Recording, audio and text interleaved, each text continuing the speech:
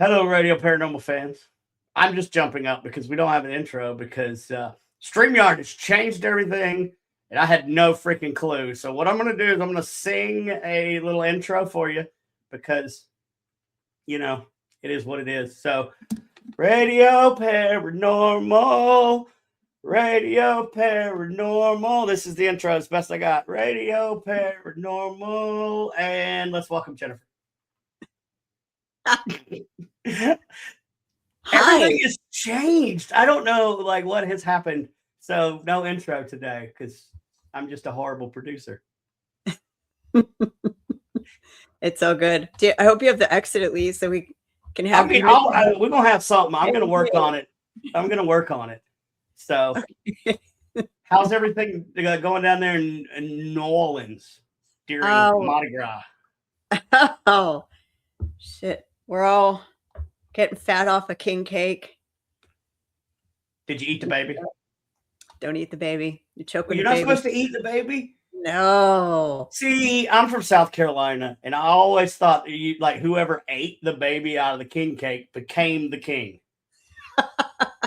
And so this whole time, my old Southern ass has been up here going, I gotta eat a baby to become a king. Yeah, maybe that kind of sounds like adrenochrome. We can get into that later. No, we did Fan Fest last weekend. I tried to broadcast live. Someone said my shirt was on backwards. It was just because I was broadcasting live and the camera flips the words to a mirrored image. So I found that was funny. But cool thing happened. So I bought Chris. If you ever watch Christmas Vacation, Chevy Chase has got that Blackhawks jersey he wears, right? Yep. And I bought Chris one of those for Christmas several years ago, but he found another one that is a Cousin Eddie theme. And on the front, it says Chicago Shitters, and then it's the number 2 and Eddie. Well, guess who was at Fan Expo? Randy Quaid. Of course. So guess who got his jersey signed by Randy Quaid? Oh, I believe that'd be Chris. Shitters full Chris. He had him right. Shitters full and Randy Quaid. They had never seen the jersey. They're like, where did you get that? We've never seen it. We're like, please make him take it down. Please make it take it down. We have one of one. We're so excited. Right. And then he got it authenticated and stuff. So we're going to get it all framed and stuff. But he was so excited. He was a really cool guy. We sat and talked to him for a while. And then the guy from Reno 9/11 kept coming by our booth. He might come on a ghost hunt. He was pretty cool too. So we had a good time. Busy though. What's new with you? Other than trying to figure out all this new crap behind the scenes to make it look pretty, I'm not doing very well. But I'll tell you what, even though there's technical difficulties, our guest tonight has probably dealt with a bunch of technical difficulties before. Even ones that were a little paranormal. Quite paranormal. So you know what? I think we should let's push the Paracon real quick and then let's bring him on. Yeah. So New Orleans Paracon, I'm going to put the link up right now. July 31st through August 2nd. Putting the link up right now in the comments. At the Astrakhan Plaza in the French Quarter, the most haunted neighborhood in the entire country. Prove me wrong, folks. Prove me wrong. Tickets are at neworleansparacon.com. Packages. Oh, dude, these packages are amazing. They are pretty good. People always say, oh, these paracons and stuff, they're so expensive. Packages per couple start at $300. $300. And that's the hotel and everything, right? That is a hotel for 2 days, 3 nights, all of your GA classes and admission. And our guests panel is included in that price. Even. So you don't even have to pay to see this guy. Well, isn't there like a ton of general admission classes that you guys are doing? And and that maybe somebody like you is on. Yes. We're going to do a voodoo there. I keep forgetting I'm on a panel. I know, Art, you do. You do. I am nobody compared to the talent that is and knowledge that is on this Paracon. So I can't wait to learn from the greats. So it's crazy. We've got a voodoo panel, a vampire panel, Native American year panel. We've got a pet psychic that's going to teach pet communication so we can be better pet parents. The whole thing is educational focused. While you can get your little snapshots with your celebs and stuff like that, it's more centered on being a better investigator, learning your do's and don'ts, learning how to use your abilities. Do you have abilities? Learning about different things that when you're investigating can make you a better investigator. Like when I encounter a Native American spirit, what do I do? How do I identify it? Same with voodoo. Same with demons. And segue into our guest, what if I come in contact with a haunted object? How do I? That segue. Yeah. Look at me go. Yeah. What do I do? What's attached to it? What are the right questions to ask? So all of that is going to be talked about and learned at the Paracon as well. So vendor booths available too. And there's some VIP stuff that's available. You get a night with Patty Negri and Sam Baltrusis. A weekend. You get a weekend with them. You get to spend time with John Zaffis as well, who's one of my heroes. I fanboyed first time I interviewed him, and I know he's listening, but first time I interviewed him, I'm dialing back the fangirl right now because I have watched him since I started watching these shows. So yeah. So shall we bring on our guest? Yeah, who's our guest again? Who's our guest? Some guy named John Zaffis. Like he's a godfather of the paranormal. I don't know if you've heard of him. Yeah, I think I've seen him on like a show or something. I don't know. He might have been on a show or two, and he may be the greatest gift to the paranormal that I know of. So let's pick his brain. Let's bring him on. John Zaffis. Hey guys, how you doing? Hey, how are you, sir? Okay. Are you staying inside to not get snowed on? Yes, absolutely. Unfortunately, I got to walk from the back door of the house across the deck over to go into the barn, but that's okay. That's worse. Do you build snowmen on the way? A few. Yeah. So if I remember correctly from one of your books, your office is directly over some haunted objects, right? Correct. Yes. So I want to ask you, what type of disruptions or anything comes from the haunted objects? Like, what does anything happen in your office? Is it sealed? I'm curious. No, that's okay. I find more disruptions from people than I do the items. But I don't have too much activity that really occurs. The office is sealed. There's a binding. There's all kinds of things that, have been done with the office. I don't have anything that is really significant on a negative level as far as anything being haunted within the office. I keep all that on the lower level of the barn.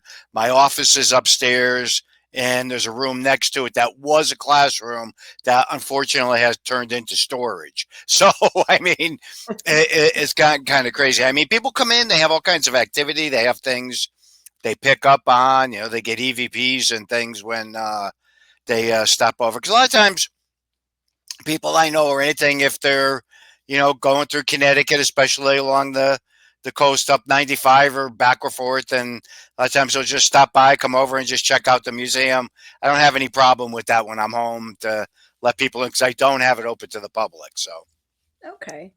Come on. One of these days I want to get up there and look around. I would love to do that because I have questions. I can't remember the book. I've got it sitting next to me, but you were talking about haunted items, items that haunt me. Something I can't remember the title. But you were talking about haunted by the things you love. That's it. That was it. It's almost like you know who wrote it. That's amazing. That would be my Rosemary Ellen Guiley. Um, and you mentioned salt a good bit. Yes. So, why do you think salt is such a good cleanser? Because I was reading about a mirror that you had gotten, and you set it outside for like a week, and you put salt on it to oh, do you remember which one I'm talking about? If it's the one I remember, it's from up north, I believe up in Maine. It's a huge one. Yep. It survived a fire, and they had it in a couple of other buildings, and it was causing a lot of problems. So they had gifted it to the museum. It's a very, very large one. The one I think you're talking about, Brian Cano and I are carrying it, and we're putting it into the tiny barn where I let things sit, and I'll do, prayers and do different things over it. Now, salt has been used in rituals for going all the way back, believe it or not. Predates a lot of different things. One of the interesting things with salt is it has a very, very high iron content to it. So therefore, we think that's what helps to neutralize some of the energy. Then the one we most normally use will be sea salt. Okay. And again, it gets blessed and everything like that. And a lot of people don't even know this, that salt is used in holy water. They actually put it in there. Yeah, a lot of, again, in the beginning, way back years ago, I didn't know it either till I watched a bishop doing it with them and he's putting salt in it. And I go, what are you doing? He goes, John, we always put salt in holy water. I go, okay. Sure. I mean, it makes sense. Yeah. We work with chief exorcist priest here on referred a few cases to them, and he is, because of the ick we stepped in, we've seen him make some holy water for us. And I was like, salt, okay, all right. I've always wondered, so there's different kinds of sea salt. Does it matter? I use the white sea salt. I have a couple of friends with different practices that like to use the black salt. There is with that, they think that's very powerful, very strong, which again, that it's a belief in. Again, do I think that it works? Absolutely. Again, I think it has a lot more to do with the minerals that are within our salt that help to neutralize different things. Mm-hmm. So that's how I view it and the way I look at it. Mm-hmm. I mean, could there be another explanation? Not 100% sure, but that's one of them that I usually go by because that's what has been explained to me from a scientific perspective. The iron content of it is what helps to neutralize, things. And actually, there's been a few experiments done from friends of mine that use salt in trying to neutralize different things. So again, and they saw a difference. So just like with anything within our field, we have our theories, we have our belief systems, but again, and that's what we go by. So that's what I think the biggest thing is with the salt. And a lot of practices use salt to cleanse as well. Absolutely. Yeah. Well, I mean, if you go all the way back, what was salt mainly used for? Preserving meats and protecting your meat. I wonder if there's a basis in the protection from way back when people would cure their meats with it. I don't know. That just popped in my head. Maybe not. But. Yeah. Well, and then you look at minerals in different parts of the country. If you look at the soil makeup of some of those places, they do tend to coincide with activity because it seems to hold residual energy based on the crystals and minerals as well. Yeah. So it could kind of goes all the ways, I guess, for sure. Absolutely. So, I guess I need to ask a question that everybody asks you, but I'm going to ask it different. Because I was going to say what got you in the paranormal, but you were sort of born into it, I believe. Well, yeah, but even though I was born into it, I really didn't believe in it. It wasn't until I was 16 years old, and I had an experience at the foot of my bed. There was this black shadow form. It stood there, shook its head back and forth. I freaked out, ran down, told my mom about it. And she said, did it say or do anything? I said, no, he just shook his head back and forth. And she goes, well, Johnny, that, was my father, your grandfather. And he was very quiet, never used to say too much, but he would always shake his head back and forth. Then a couple of days after that, my grandmother passed away and she lived with us. So that gave me, a substance to work with on how so many people claim deceased loved ones come back to help to help them to cross over. Mm-hmm. So I went up to go tell my uncle about it. I was telling him the whole story. And he goes, you mean you never believed in any of this? I said, no, I thought you were just doing it to make a quick buck. Because I never had an experience, never had anything occur until that time framing. So that's what really changed it and set me off to getting involved with it.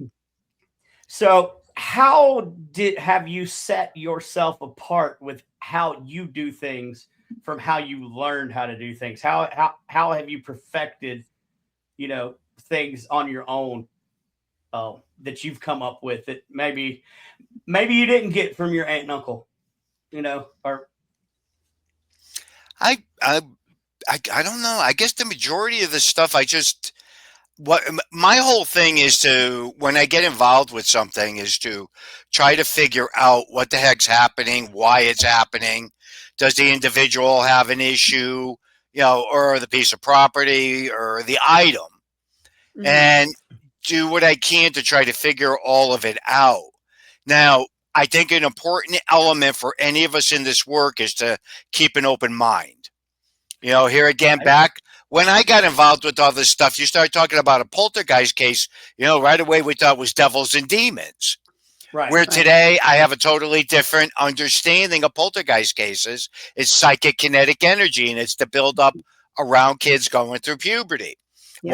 Once it's over with, and again, a lot of things will just stop, and that's the end of it. And it has absolutely nothing to do with devils or demons. Right. So again, as long as you keep an open mind with our field, and you're able to still look past a lot of the different things. After 53 years, there's ways and views that I've changed on looking at things. Because if we don't do it that way, we're never going to advance. Never. Right. So that that's one thing I think I walk away from, and look at it and try and understand why it's occurring and why it's happening. So I've watched a lot of investigators change over the years in that, and even for me personally, it's happened being around all of this intense energy, especially in the French Quarter in New Orleans, and even doing this, your abilities pop out. Has that ever, I mean, you said you saw your relative, was that just you were seeing them, or do you think over time, we'll call it instincts or whatever word you want to use, have you found that you developed some of those clairs abilities? I look more at it. I basically are summing it up how I look at a lot of this, because people say that to me all the time. You're very gifted. You're very psychic. I don't really think I am. I mean, if you asked me to sit down and read you, I'd bust out laughing. Me too. But I do, sometimes I'll pick up stuff around people or different things like that. I mean, can I walk into a place today and say, okay, this place is creepy. I feel something to it. I think something went on or something. Yeah. And again, a lot of times when interviewing people and saying and reacting to certain things, they'll go, oh, how did you know that? I go, no, it's just things that, after years, you just automatically asked it that way because, again, it might be tying in with something or being able to, resolve something. That's the most important part of it. Now, I believe in the collective energy from a ground zero point. And with these guys being down in New Orleans, man, that's a hot spot. I don't care what freaking anybody tells me. I've been down there several times over the years, and you'll laugh at this one little story. I was walking down with a group of people down, and we were walking, and one of the voodoo people came out of the store screaming and yelling and chanting, and I just stood there and I went, what is freaking going on? And then another person said to me, well, they're picking up something around you. I said, well, I think they just scared it away because I know I just got scared. If there was something around, hopefully they did get rid of it. But, with that, I got a wicked sense of humor. I'm always joking around and horsing around. Fantastic. Yeah, no, I because a lot of people always say, I always thought you were such a serious person. I go, no, that's TV land. That's if I'm working on a case or I need to be serious, then I'm serious. But again, otherwise I'm always joking and especially with all my friends and everything. When I'm with you and we're hanging around, I'll pick on you, I'll tease you, and that's my nature. And again, it gets you through a lot of things, and I think being lighthearted helps to break and discourage a lot of negativity. Yep, exactly. I do believe very strongly in that. So, sorry, go ahead, John. No, go ahead, bud. I was going to say, that's one of my tools in my toolbox is humor. When I'm investigating, I tell stupid dad jokes. I do, whatever, and I found that I get better interaction if I come and just joke and talk to them like I'm talking to you. But humor, I see people that like to piss the spirits off to get them to react. Yeah, provoking. I couldn't think of the name. Yeah, a lot of people definitely are very entrenched in that. My philosophy is, do I provoke? Yes, but depends on what the circumstances are to see if something's going to happen. I believe very firmly, if you got any type of energy and there's something going on or happening, you're going to get some type of reactions. You're going to have something that's going to occur that could give it to you. The best way I describe it is naturally when you're investigating. I mean, it's like all of us. I mean, I love going into the old prisons, the old forts, and all these things because you get a lot of activity in them without, anybody doing anything. So they're super, super, cool to investigate and do and have fun with. I mean, I think one of the craziest things is, especially today, is that a lot of times when I'm out lecturing at universities or colleges, kids want the lights to go on and off. They want the furniture to flip over. And I go, no. This is not a TV show. I said, because if that all starts happening, there better be a film crew somewhere around. But, exactly. Right. Yeah. I mean, that's how rare it is for those things to happen. Yeah. So I think, again, with a lot of it, probably the way I look at things, especially if you're in an environment and you're getting a few EVPs, you're getting some type of reactions, you're getting things, that's very successful.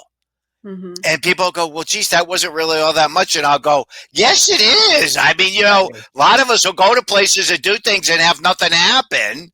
Yeah. And on the flip of it, I am very impressed when things like that occur and happen. Because, again, that's telling me we got something going on. There's something happen, quote unquote, on a supernatural level. So I'm very fascinated with everything.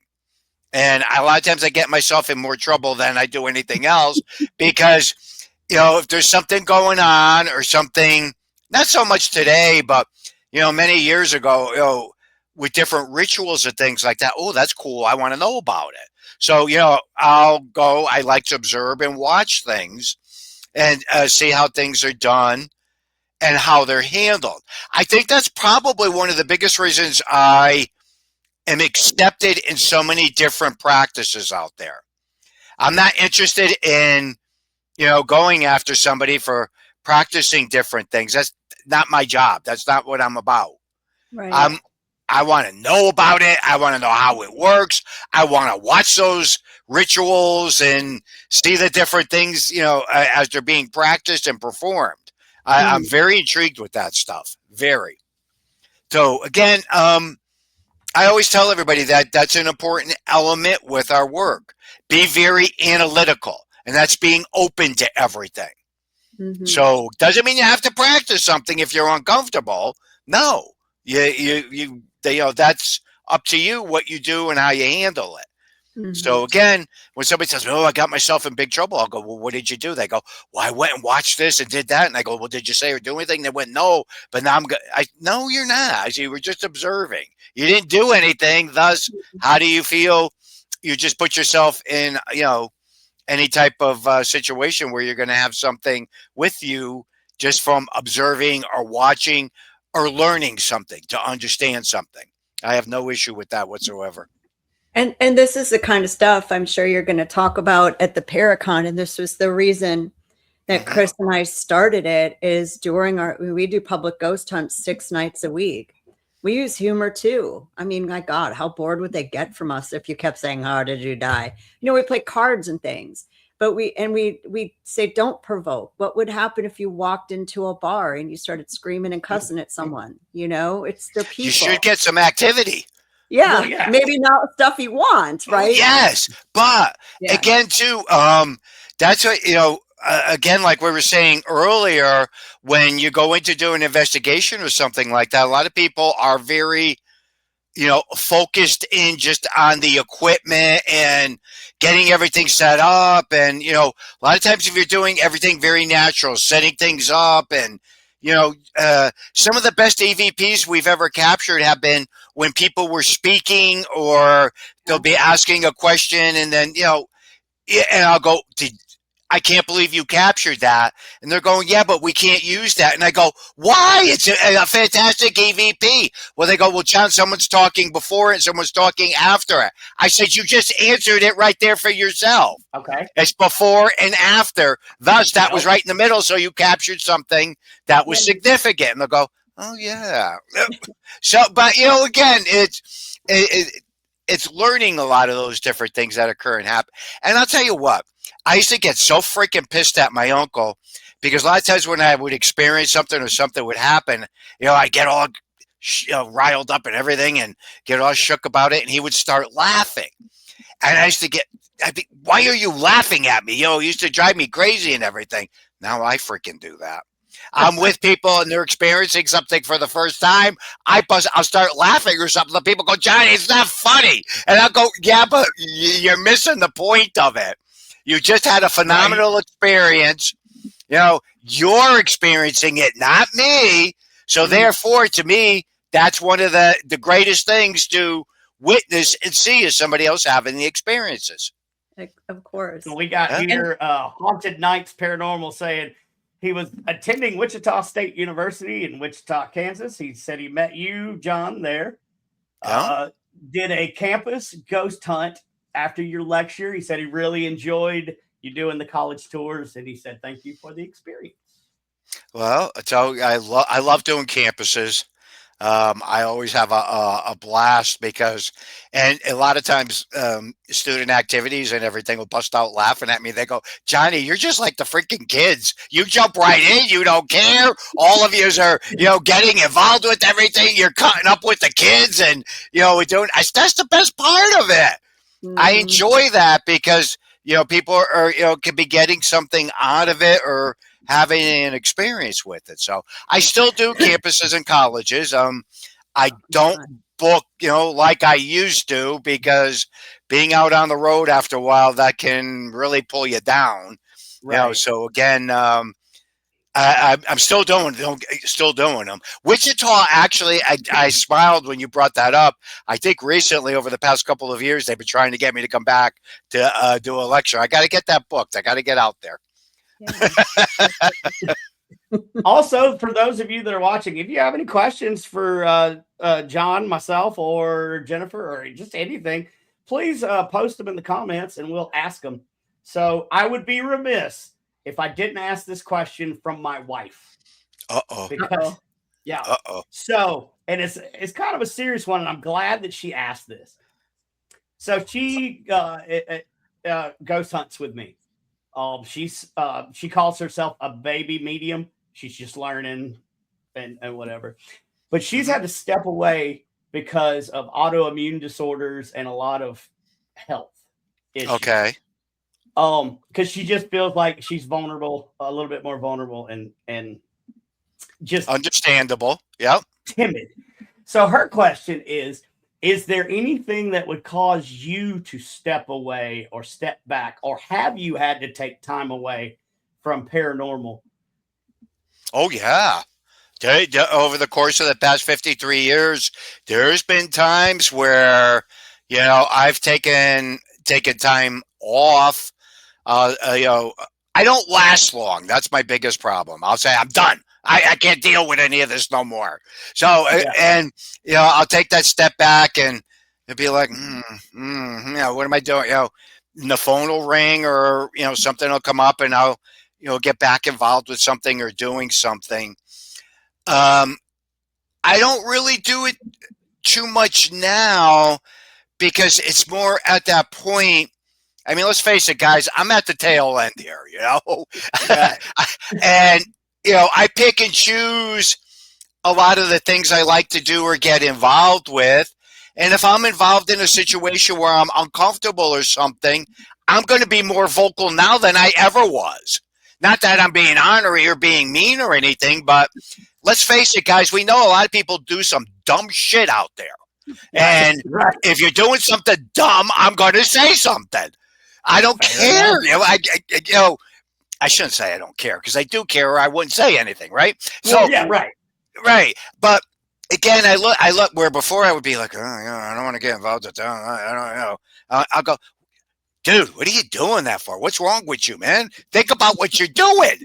And, even if it's, I just will do that. And then they'll go, well, what do you mean? And I'll explain it. And I'll go, you're going to mess yourself up. Bringing me to the point where that tells me at least your wife is thinking. If there are issues, especially medical issues, you got to be careful. You got to be guarded. Because we deal with so many different things from a perspective, quote unquote, energy. Everything's energy. Right. And people do have that ability to know, the fact of it when they're dealing with that, and they know a person has an ailment or something, and somebody wants to start getting revenge or do something. Is it a possibility that something could be sent towards that individual? Absolutely. I 100% believe that does occur and can happen. So, again, I wouldn't say totally pull away from it, but I would be definitely guarded. And it sounds like, to be honest with you, she has sense with that. She has sensed what she's getting involved with. And if she doesn't feel comfortable, just pull way back from it. Well, thank you for that. I know that'll mean a lot to her because, well, if anybody knows, you've been doing it long enough, and your advice is like gold to those of us that have grown up watching you. And so thank you for that. I know she really appreciates it. I do have a question. So your technique when you go into a case, is there a list that you go down? Let's say let's check mental health. Let's check everything. Yes. Do you have it? Oh, absolutely. Yeah. Okay. Pardon me? Yeah. Now, so you have it written out. Yes. Within my group, the president group. Yeah. Because there's a lot of times, where if there's something I can't go or anything, it's like programmed. I already know what needs to be asked, what to look, what I mean? What to look for and stuff like that. And a lot of times I find it where it's easier to do it from that perspective, because a lot of times things could lead into things to help that person be a little bit more comfortable. Because let's face it, when you're being interviewed or anything like that, just like if we go for a job or anything, we're a nervous wreck. Well, these poor people a lot of times are a nervous wreck too. When you start asking them a lot of questions, I mean, when you there's one of my nieces, Lord, you get involved with a lot of that, and you try to understand it. It's not clear cut, because a lot of times you could years back, especially, you would get done doing your interview and everything, and you could be throwing out a question or something, and I went, the person will look at you. Oh yeah, we did this big seance. Everybody got thrown all over the room, and this one guy. I go. You didn't think that was something important to tell But a lot of times people don't think, and we all know that. I'm like that. I get very intimidated very easily, and I shut down. And most people do. So I find it to try and do it very relaxing, because that can help you. And like I just said, now with questions like that, I'll turn and look at the person and I'll go, you don't think that was something we needed to know? And they'll look at me and they'll go, well, I didn't think of it that way. And I'll start laughing, because again, all right, I'm grateful they just shared that, because that makes our job a little bit easier trying to diagram what the heck we're getting ourselves involved with. So again, that's an important element when investigating. People that are new to it, going by a list. A lot of people have online forms they fill out, and a lot of different things, to evaluate. To me, one of the most key things is interacting. I need that. I have to have that with people to get a feel for what we could be getting involved with. Got it. Okay? Because let's face it, guys, a lot of times, people are ticky-tock. I don't want to be wasting everybody's time, their money, and energy getting involved with something I think that isn't paranormal. Right. So again, a lot of key things, you could just ask that's going to answer so many things before you even jump into something. And another thing I don't believe in doing too, and a lot of people still do it, is that they want to keep going back to these homes 10, 15, 20 different times. I'm not in agreement with that anymore. I used to be, do you get something? Do you get something? And sometimes I think that could actually make things worse if it's multiple times. Unless you're getting a tremendous amount of activity and, you're getting a lot off of it and it's helping the person, okay, then I'll take a step back and look at that a little bit differently. Mm-hmm. And maybe that investigator wasn't the personality to deal with that spirit either, if they're not getting anything. It could be someone else. It could very well be. I do want to say real quick, are you sure you want to switch to YouTube so you can see us on your TV? By the way, say hi to Ron. Hi. Both of them. Those two are you sure you want to see us in 4K? I mean, Lourdes, I love her. So how could you not love the both of them? They're like family with me. I cannot wait to meet them. I have not had the pleasure yet. So those two are the first phone call we made when we said, I have a dream of a Paracon. What do we do? Those are the first two people we spoke to. Seriously, they really were. Because they're just amazing people. So something that we run into a lot on our hunts with the public, even people calling in with private cases, is the belief that demons occur a lot more often than what they do. So what's your opinion on why everyone jumps to demonic and maybe forgets that bad humans die too? All right.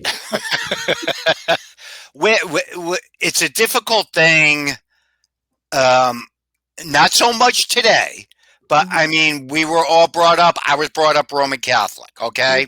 Yeah. Years ago, everything was devils and demons. If something happened, a person got scratched, a person got pushed, lights are flickering, a lot of these things, we would write off that we were taught.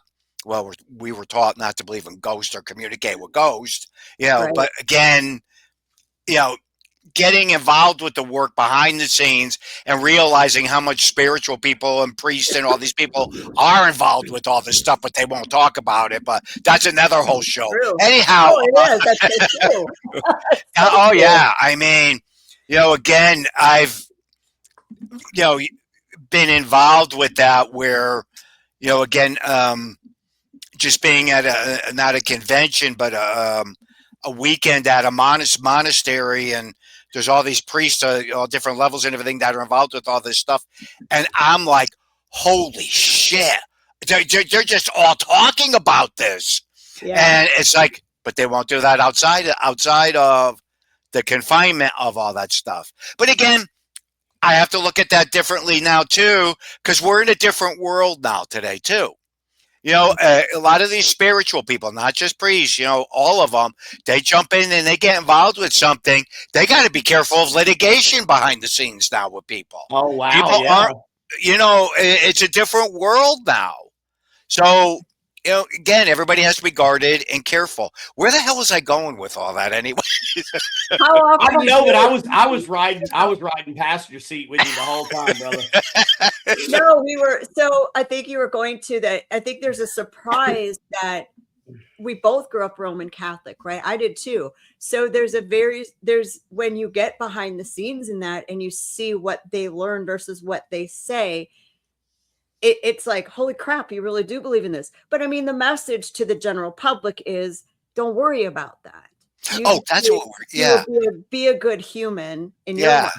And that's what we were talking about, because everybody's saying everything's demonic and evil. You know, that's another way, you know, again, over the course of years, I look at a lot of things differently today. Mm-hmm. I honestly do. Somebody gets pushed, they get scratched, lights are going on and off, and different things are occurring.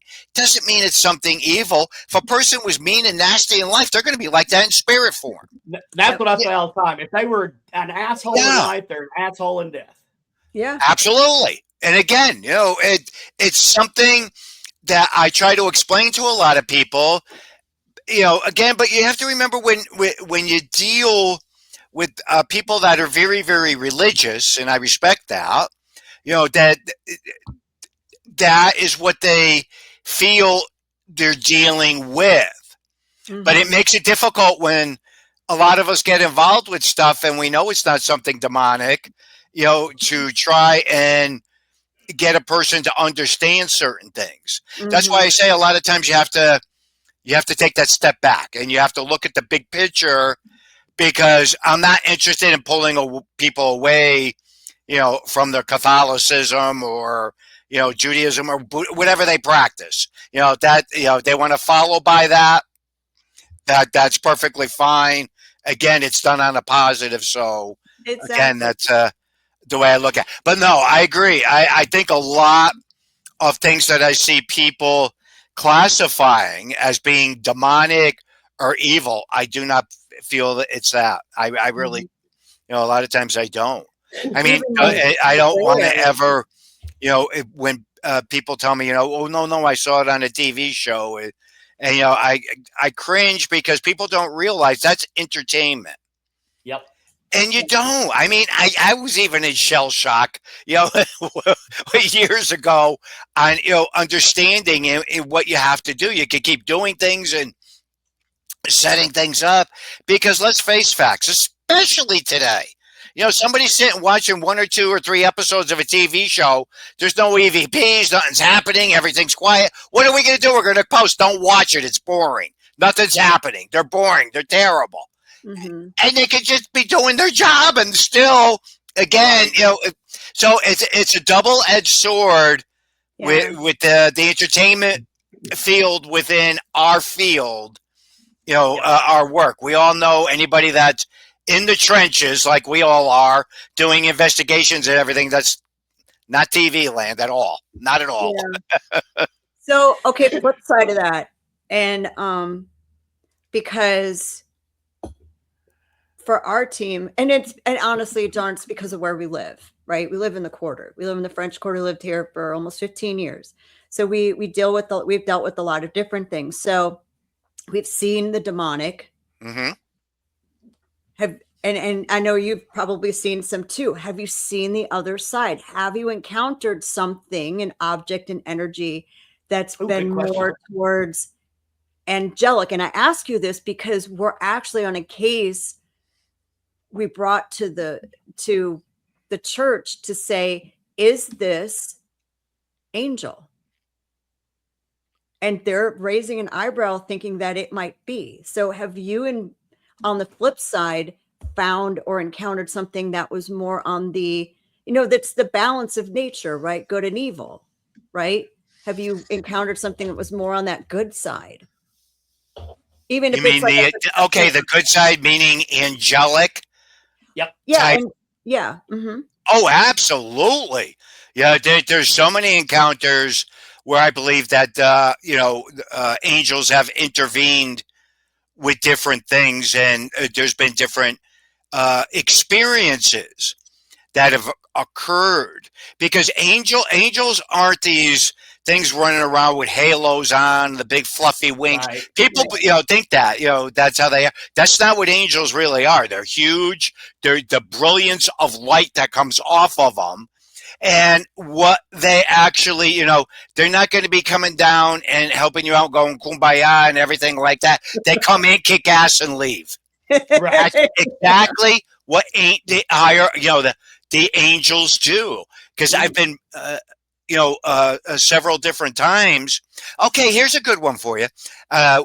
Years back when Ed and Lorraine were still around and they were traveling, we were over in England and Scotland, and on the Hill of the Seven Angels, I had this experience in the chapel.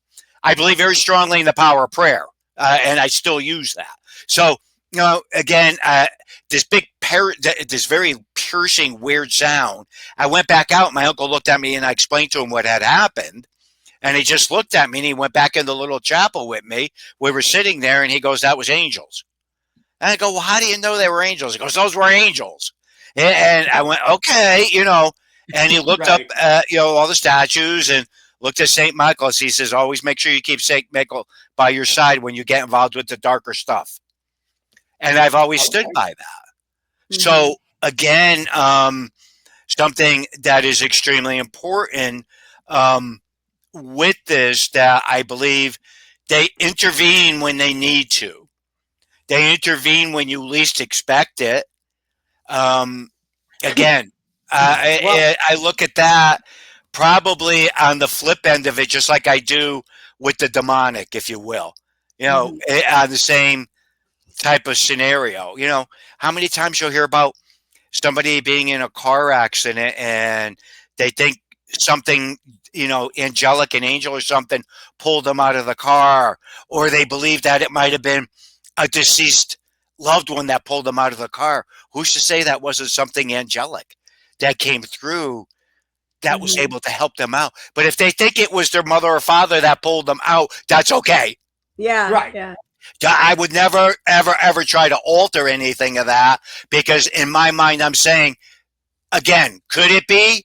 Yes, it could very well be. And I believe very strongly our deceased loved ones can come back, and then they can go back to wherever they're at, whether it's up on the fluffy cloud, whatever. Right. And a lot of times when I say that to clergy friends of mine, they go, "John, we're not supposed to believe in that." I go, "Yeah, we're not supposed to believe in a lot of stuff." I said, "Right, these things been happening for thousands of years, and you can't push it, underneath the rug. It's there."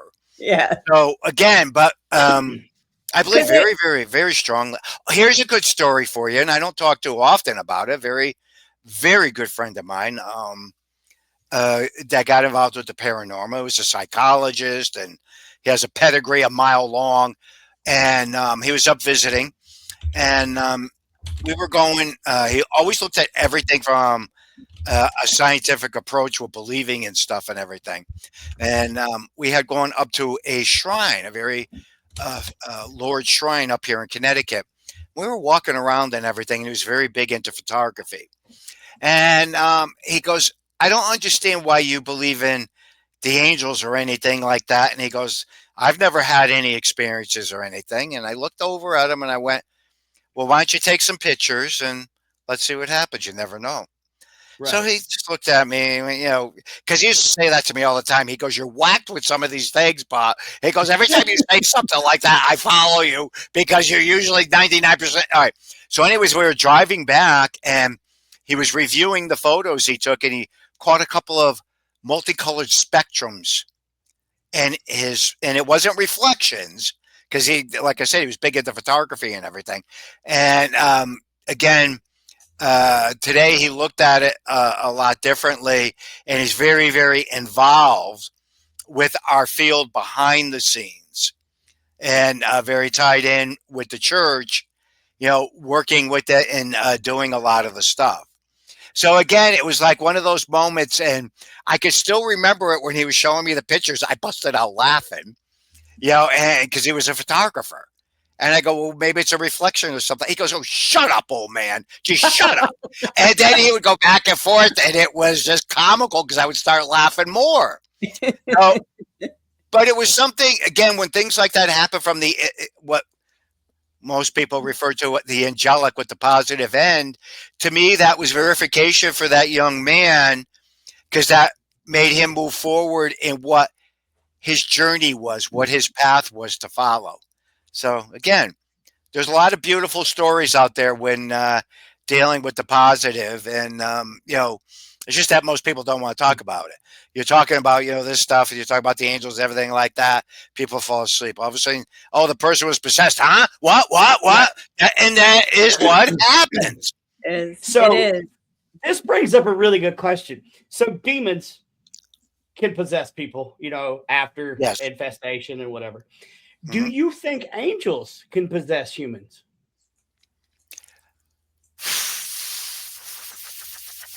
Would possess be the right word? Well, that's the only word I got for it. But yeah. Well, no. Okay, no, you're using the correct term, because possession, people have to, again, when people channel, they're actually becoming possessed. Yeah, they're bringing spirit into them. So again, yes. Do I think it occurs often? I don't know. But do I think that could be a good possibility that angelic could possess a person or something of that nature? I can't say no. I can't say yes. I can't say no. Right. But I can think of situations where, it could have very well happened. Because the belief is that demons are fallen angels. Well, they are. Okay.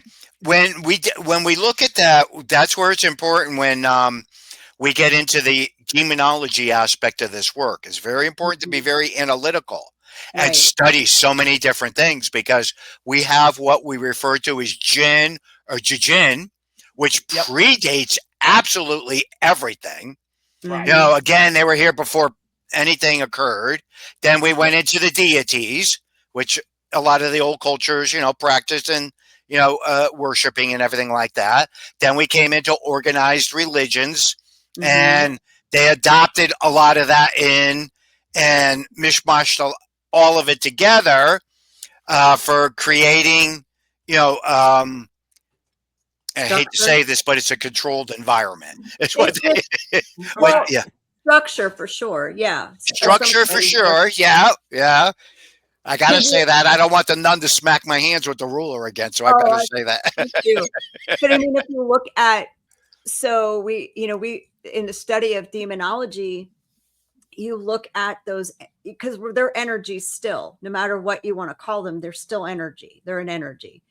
They would, and so when you think about, they go by many names, would that, and then the correlation to what they're associated with, the function could be based in Catholicism, but the different name could be Judaism or Muslim, or I can't say voodoo because they don't talk about that.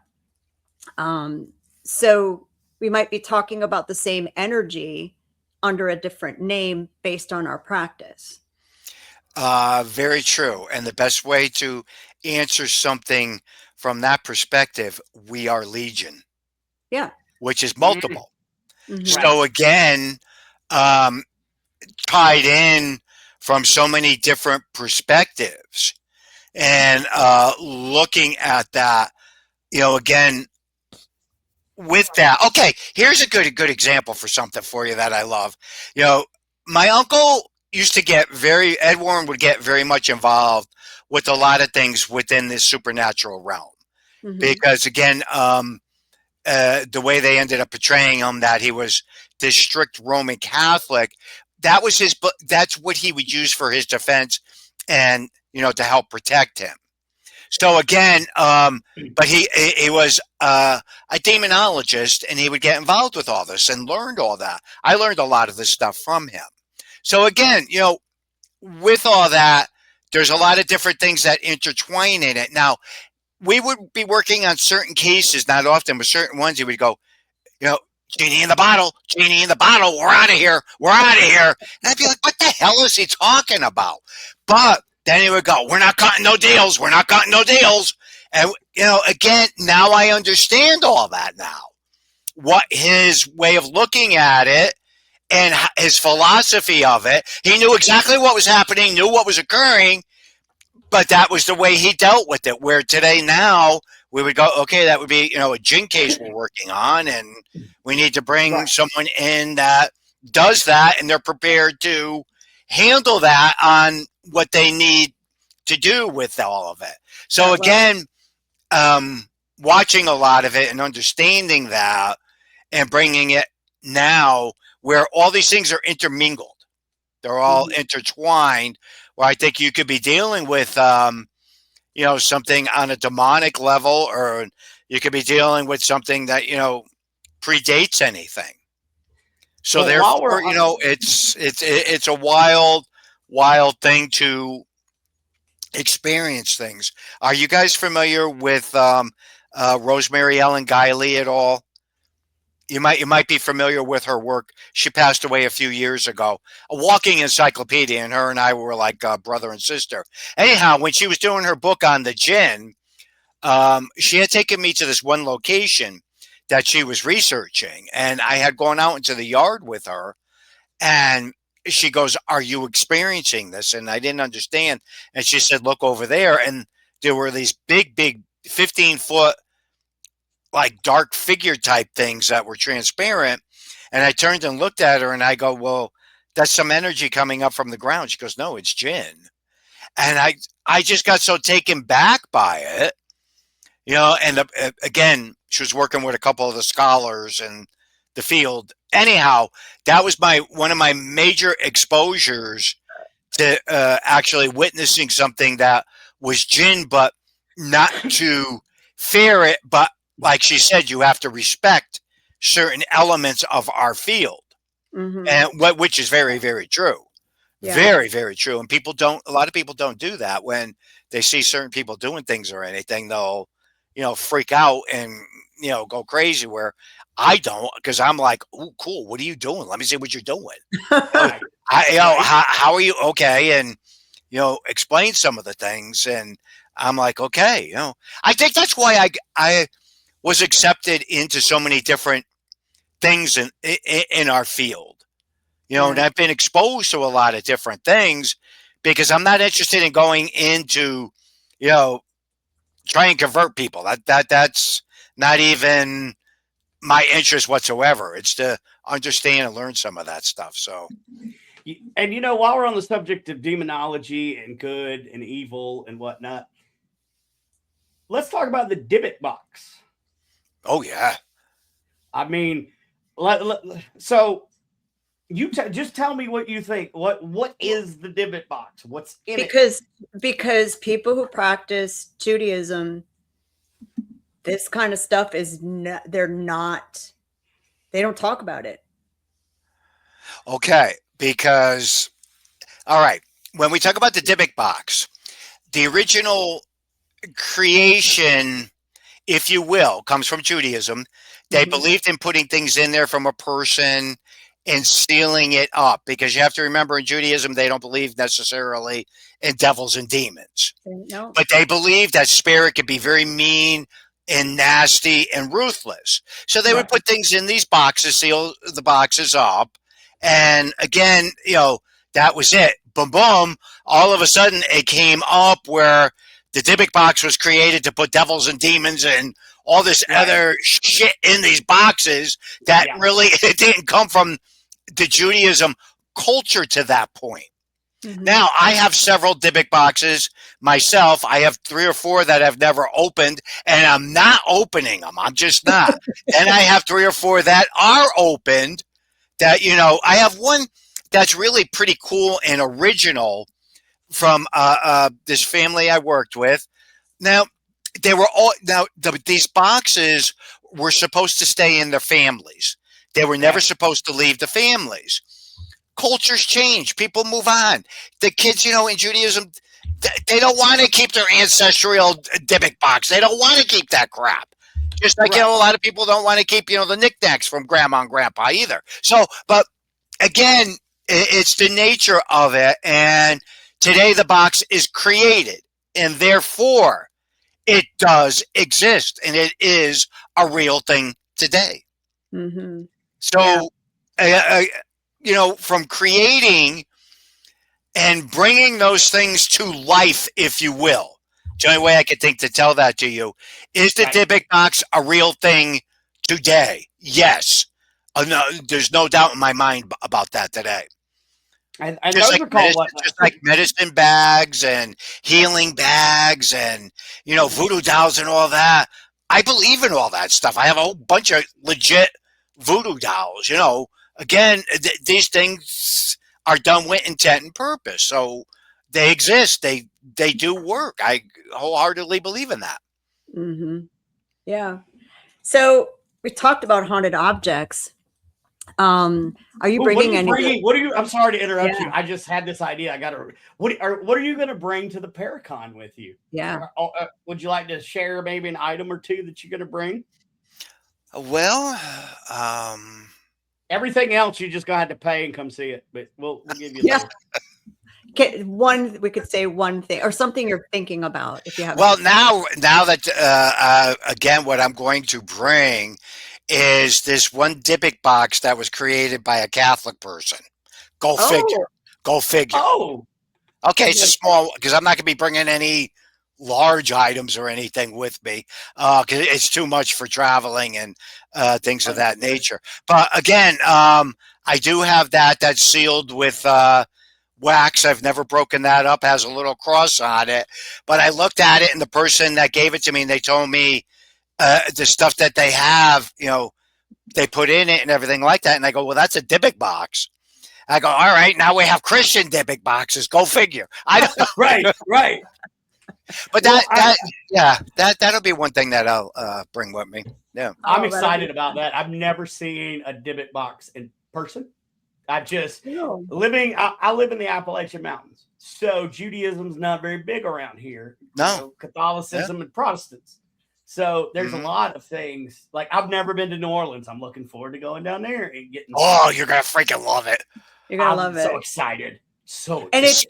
And the Paracon is going to be, like John, you were saying, an opportunity to learn. Just because we'll say you're Roman Catholic or Baptist or whatever, you're going to have the opportunity.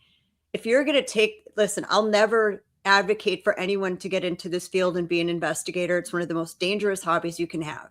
But I'm never going to stop anybody either. Mm-hmm. So the best thing we can do is give you education and teach you proper techniques. So you're going to have the opportunity to ask people who practice voodoo about it and learn about it. People who practice a spiritual practice that is vampirism. It's not what we see on TV. And you're going to have an opportunity to learn. Brandon, you're going to be talking on the Native American panel. We're going to have some elders. When the heck do you ever get that opportunity? It's all about us. I've never seen that at a Paracon. I'm going to show you these. You just triggered. I'm not going to bring these with me, but these came from New York.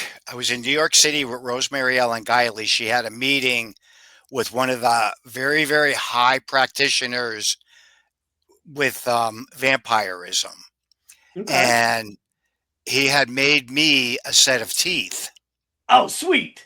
Isn't that freaking cool? Sean, and Rosemary was doing her interview and everything, and he was, putting them in and everything like that. I'm looking at Rosemary, and Rosemary's just, don't get nervous. And I go, what are you inducting me into over here? But he just said, he goes, well, someday maybe we'll have you'll be a vampire. And I went, I don't think so. I said, but anyways, then finding out, and Rosemary was explaining to me who he was, and again, He That's made so those. cool. She goes, "You should feel very honored." As a Ro, I'm very because I used to call her Ro. I said, "Ro, I'm very honored, but I'm not wearing them, no." But I keep them, because again, it's just something cool. Look I keep them in my Dybbuk box. Yeah. I don't think I've ever shown those to anybody, but you just made me think about it when you That's started super talking cool. about it. It's a cool thing, and people need to learn about that stuff. I think Yeah. that's hilarious. We have some fangsmiths that are going to be at the Paracon, or you'll have an opportunity to get a few more if you want to. So so if you don't mind, I do want to I talk think about one pair is enough for me. Thank you. this one. Right, yeah, Okay, yeah, you yeah. don't need some with like rhinestones or something, a little blingy or anything. A little bling bling. So I just want everyone to know Paracon packages start at $300 per couple. Yeah, they do. That is And I was your gonna have all room. kind of cool pictures up and stuff, but they changed StreamYard on me. I can share them. So it's $300 per couple. One of the things we wanted to do, so many Paracons have a charity that they donate to. We're going to have charities there that you can donate to. So then our next thought was, let's make it affordable for people to come. And then if they want to donate to some of the charities there, they can donate directly. And then they know their money goes right there. So I'm going to bring up Brandon, you're gonna share screen. I'm gonna try to do the thing. I'm gonna try to do the thing. Wait a minute. Oh, hey Tracy, I'm trying to figure out who Haunted Mama was, and I'm like, you sound familiar. So hey, Haunted Mama. Hey Tracy. All right, I got it up there. You got me up there. All right, let's pull this up here. So that is our RIP package. It is $300 per couple, not per person. It's 2 people, a standard king or queen room, Friday and Saturday nights, all your GA classes. You can add paid classes as you want. You can get access to the vendor area as well. So, and then you can kind of add on from there. There's the VIP package. I'm going to share that one real quick. But the goal cool thing about the add-ons is, like, if you don't want to go to something, don't. But if you see something that you really want to go to, like John Zapp is speaking or whatever, and you see it's a paid class, you just pay for that class. You don't have to pay for like a list of crap you don't want. Right. And I like that. There's afterpay available. So if you need to break out, if this is like your dream vacation, right? This is your dream paranormal thing, and you want to break out the payments, you can do that. So we have another package. That's the VIP. It's a little bit more, still per couple, not per person. Again, it's a junior suite. Then you upgraded your room. You get access to the Friday night VIP meet and greet with all the celebrities, which includes an open bar for 2 hours and all of the drinks. Please don't get too drunk. We don't want you falling off the balcony. There's enough ghosts in the New Orleans area. Listen, if you do that, you're expected to perform on the ghost hunts. I don't know. Right. You're gonna have we're also going to open the whole Paracon with a voodoo ceremony for the 15 minutes before that starts. You're also going to have a sneak peek for 45 minutes of the vendor area. So the vendors can meet everybody. The speakers can meet all the vendors, which never happens because you're always so busy, which is a good thing. You also get a celebrity ghost hunt at the Andrew Jackson Hotel. Our opinion, from New Orleans Paranormal Society, the most haunted per square foot place in the entire city. Prove me wrong, folks. Prove me wrong. It's crazy. So that's another package, and that's got some kid spirits. And then if you want to do everything, I will get that package. There's only 6 more left. So you need to get them quick. Yeah, we've sold more of these than anything. While we're paying bills too, I see there's some comments about PTF. Yes, Paranormal Task Force is still around. It's Paranormal Task Force X. I am a member of PTFX. And I do want to say, check out paranormaltaskforce.com. We have some events coming up. We have limited tickets for sale. We got Pythian Castle coming up. That'll be fun. We've got the Kansas Aviation Museum coming up. We have an old Cowtown coming up. Yeah, Julie's a member too. Like we're still kicking it. It's just it has changed hands from Greg to KD Stafford. So there's just been some changes, but we're still out there. Please, if you guys want to come out and investigate with us, tickets are still available. And if you're looking for me for some strange reason, reach out to me and I'll let you know which ones I'll be at. So there, I had to pay that bill. Sorry. There you go. You want them, Here's our last package. If you want to throw that up there, Brandon. This is our platinum package. There's only 6 left. I'm floored. So 2 people. This is per couple. Again, the meet and greet, the suite, open bar, VIP access, 2 nights of ghost hunts. On Saturday night, you get to choose between a Masonic cemetery and a voodoo house. Reserved seating for all classes, swag page, and we're also going to have a VIP lounge. So if you've got that and you just want to take a break from people for a minute and you want to go sit in the lounge and recoup, there'll be a little place for you to do there as well. So those are all our packages. Again, we tried our best. All of those per couple, not per person. Just tried our best to make it a good learning environment and to make it affordable and approachable for as many people as we can. For sure. That's just been. And with the talent that is there, and the price point that it's at, you're not going to find this lineup. You got Father Bob Bailey, you've got Dr. Father Kenneth Torres, you've got the Godfather himself, John Zaffis, you've got Lee Triana Terry Brown coming and teaching, and she teaches some amazing classes. You have Sam Baltrusis, you've got Patty Negri. And you've got John's niece. We got Ron Iacovetti and Lourdes Gonzalez. They're going to be doing classes on their digital seance experience, which we were very fortunate to experience a few years ago when Ron was first working on it and he brought it here. So that technology on its own is groundbreaking in this. Phenomenal. And I'm glad you said technology, because that leads me to my next question. So we met a couple of years ago, and we ended up giving you one of our ITC devices, our ink box. And then, kind of went back and forth. So what do you, besides using yourself as an instrument, what technology have you bonded with and learned to integrate, if any? The majority of the time, it's just using the app on the cell phone, the ghost box thing. Okay. I like the one that doesn't have all that, all the noise, because I can't deal with it. So that I put, do I believe everything and put 100% stock behind any of that type of stuff? You can't, again, but it's Ecovac, if I'm saying it correctly. I don't know. Yeah, but it's the original. Yeah. Okay, it's the original version. I use that a lot of times because I get some good results from it.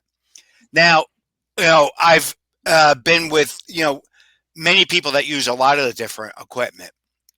And that's like what Ron and Lourdes, I'm going to go back. We were at the Shanley Hotel, and it was in the beginning stages when he was developing some of this.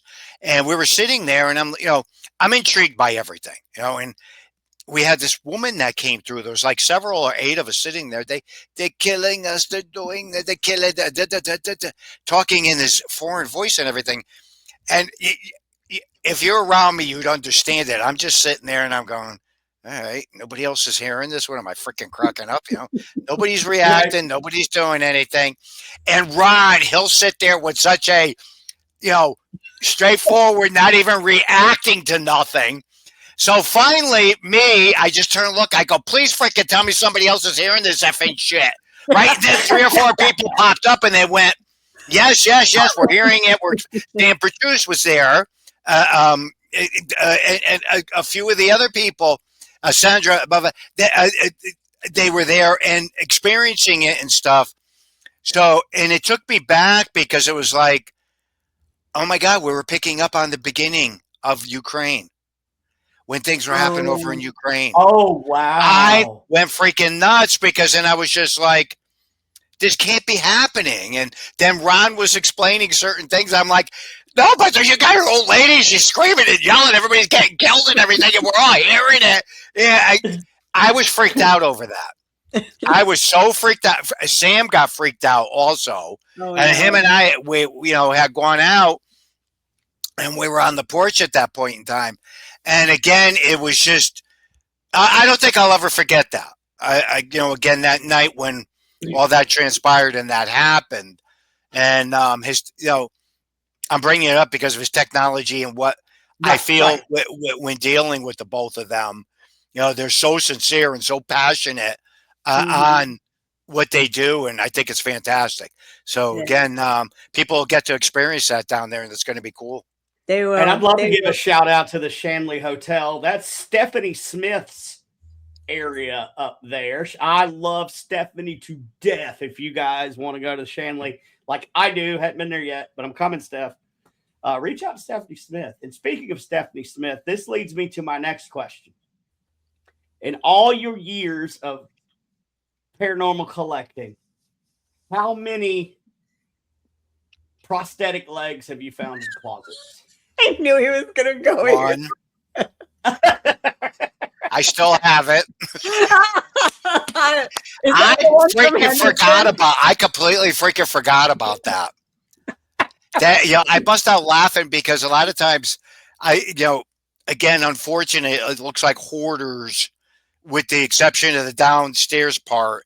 The classroom, boxes are piled up to the sea. Anyways, and I'll pull something out every once in a while. I'll go, oh yeah, and I'll start telling the story, and somebody will look at me and they'll go, oh my God, what a story with that. And I go, yeah, and I'll throw it back on the pile. But it's just with that. But I completely forgot about that. Oh, I brought it up to Brandon. I'm watching the episode. I'm like, please let it be haunted. Please let it be haunted. Please let it be haunted. And it's like, yeah, we wanted the leg to be haunted. But... No, there's something with that freaking leg. Yes. There is. I'm telling you, there was something with that. And but we were only allowed to use one item. We couldn't, if there was multiple, it would get too. Anyways. Yeah. But there was something with the leg. Well, because I think that's the Henderson, Arkansas, because I saw that the flask, you have a flask and a ring that they found in the pool. That was one that I had watched recently, and I was like, Brandon, you got to ask about the leg, because it seemed like the leg was so glossed over. I'm like, there's something about that leg. There is something he didn't say about that leg. Yeah, again too, some, believe it or not, and I don't know if it's tougher now than it was when we were doing it. A lot of items you had to be careful. You couldn't even put them on because of trademarking and copyright. And it would just get so crazy because then you'd have to deal with all the attorneys. And, the third season I got involved with, helping to produce. I was a producer in it and got to be involved with all the different meetings and things that go on with TV shows and everything. I finally started calling it the machine. Because seriously, all these parts have to fit together. You got to make sure everything's working. Sponsors aren't getting mad. Attorneys aren't getting mad. People aren't getting mad. It's unbelievable. Yeah. But, again, if people say, well, it's your show, you could do whatever you want. I'll go, do you work a job? Yes. Do you work 9 to 5? Yes. Do you have bosses? Yes. So did we. Yeah. So, and people don't understand that. They think because you're on TV, you can do whatever you want. Yeah. Hell no. I was honored to film for Monster Quest new season, and that's the first time I had ever done anything. And holy crap, that other side is a beast. I'm not laughing at you. I just, as soon as you said that, I went, oh, he got exposed to all of it. Yeah. Oh my God. Yeah. There's a lot. There is. And again, I'm sure it's probably even worse with paperwork now than it ever was before. I'm sure, because you got to be so careful with everything. So understandable. Yeah. And I guess I'll shout that out. So my show was last Friday. It's season 5, episode 2 of the all new Monster Quest. And it's actually a story. You were talking about Jen earlier. So the story that I told was an interaction between me and a jinn that happened when I was in Iraq in 2003 for the invasion. So, and there's 2 jinn stories on that episode. One in the front, but I don't call mine a jinn because mine happened in Saddam's palace right next to the ancient city of Babylon. So I'm tying that into Babylon. But the last one is a great story about an encounter with jinn, and the guy's name's Blaine Rohan. He's really good friends with Letriana Brown and them. So check it out. Like, all the stories on there are amazing. Actually, I remember that first story. You told me about that. Yeah. As soon as you start talking about it, I'm going, I remember you telling me that now. Yep. Yes. You were the first person outside my family I'd ever told that to.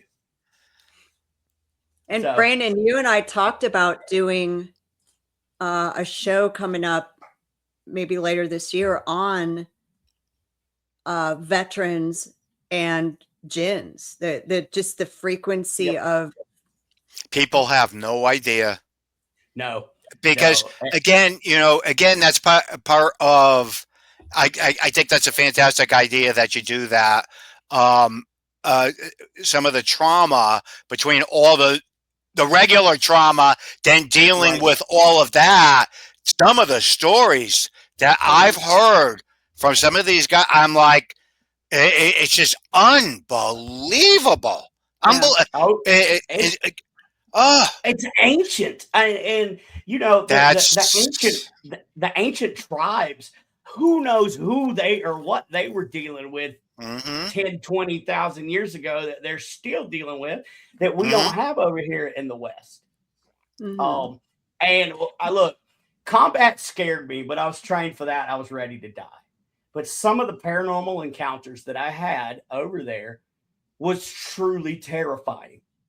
You know how many times I've heard that from? It's amazing. I was dealing with this one guy way up in the ranks, and they were going back and forth. And as him and I were talking, and what traumatized him more than anything is they had entered a holy area, and then they had gone underneath because it was this crazy thing. And he said it was like they disturbed this hornet's nest of jinn. And I'm listening. It was a captain or something, and he was explaining all of it to me.